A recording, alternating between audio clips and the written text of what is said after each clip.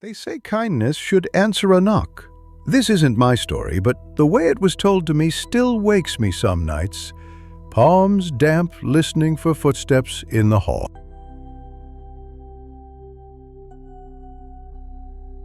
Her grandparents lived on a low, tired street where the porches sagged and the streetlights hummed like insects.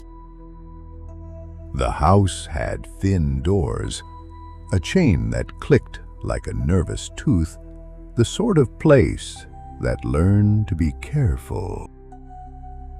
2:19 a.m. The doors started to shake. It wasn't knocking at first. It was pounding, flat fists, rapid, hard enough to rattle the pictures on the wall. The grandfather sat up fast enough to make the bedside lamp shiver.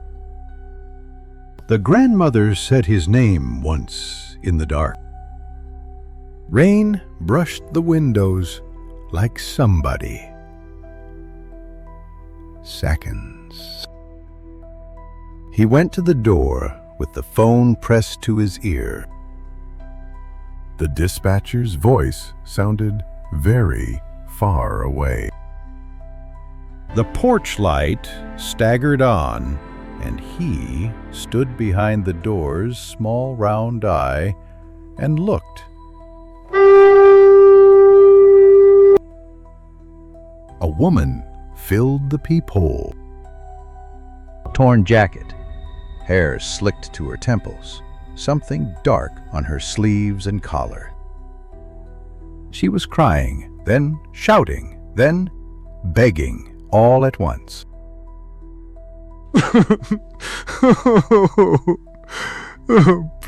Please, I'm hurt. I need help. Please let me in. Each word hit wood. The chain trembled. He could feel it in the bones of the door. His wife, at the end of the hall. We have to. And he shook his head without turning. Police are on their way, he told the dispatcher, and the door, and himself.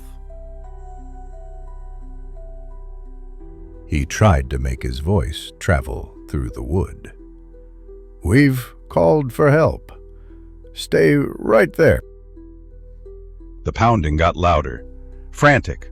Then it went out, like a switch flipped. The house swallowed the noise, swallowed everything. The only sound was the thin thread of rain and his own breath, shallow and wrong. He looked again. She was standing with her face almost touching the hole. No expression now. No sound. Just the wet skin of her cheek, her eye too close to see, the gleam of teeth that weren't smiling. She knew where the house looked out. She was looking back. Something moved in the far left edge of the circle. A shoulder, a sleeve. A man drifted into the peephole's narrow world, casual as fog. He put one gloved hand on her elbow.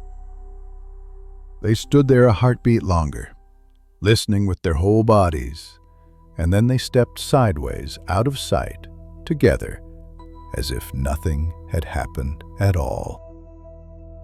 Sirens arrived in slices of blue. I wasn't there.